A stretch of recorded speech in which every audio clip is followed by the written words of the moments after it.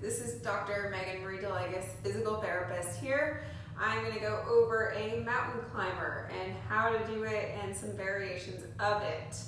Alright, so when we do a mountain climber, it is a great core exercise, but it also works the shoulders and the limbs depending on what style you're doing.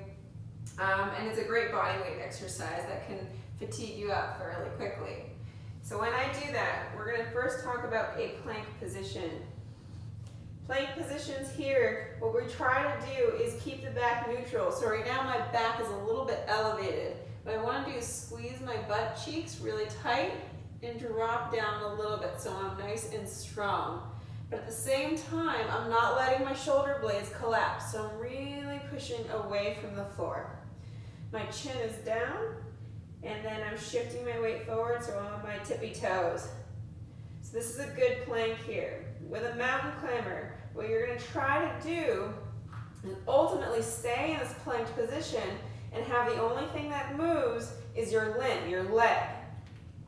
So coming forward and then back, forward and then back. If you can do that, then you want to speed it up.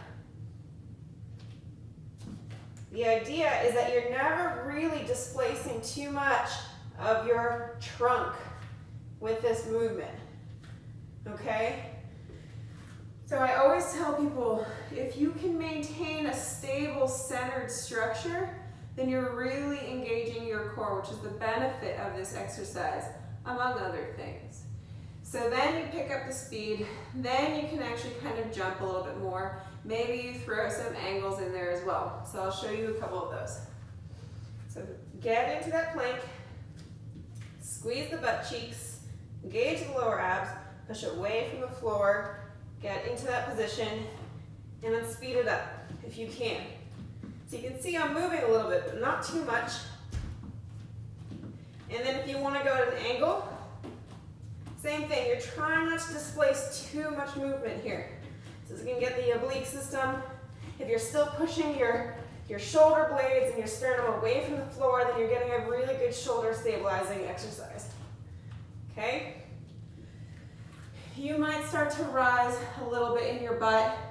If you start to get fatigued or if you're really tucking in and lifting through here, those little things are okay. As long as you know you're doing it. If you can't control that, then you should really slow down the exercise and really work on control and really being sturdy. Then you can progress. As long as you know what your intention is, then you can focus on it. And going slow does not make it easier. Sometimes it makes it harder. So work on quality and intent, then you can pick up speed, then you can make it a little bit more exciting or more cardiovascular focused. But you will be challenged if you're unable to hit the first requisite. You're still going to be challenged just trying to target that before you even get to anything faster or more oblique in movement. So work on that, give it a try, let me know what you think. If you have questions, just shoot a message or visit me on my Instagram or website. It's meganmariept.com. Thanks, guys.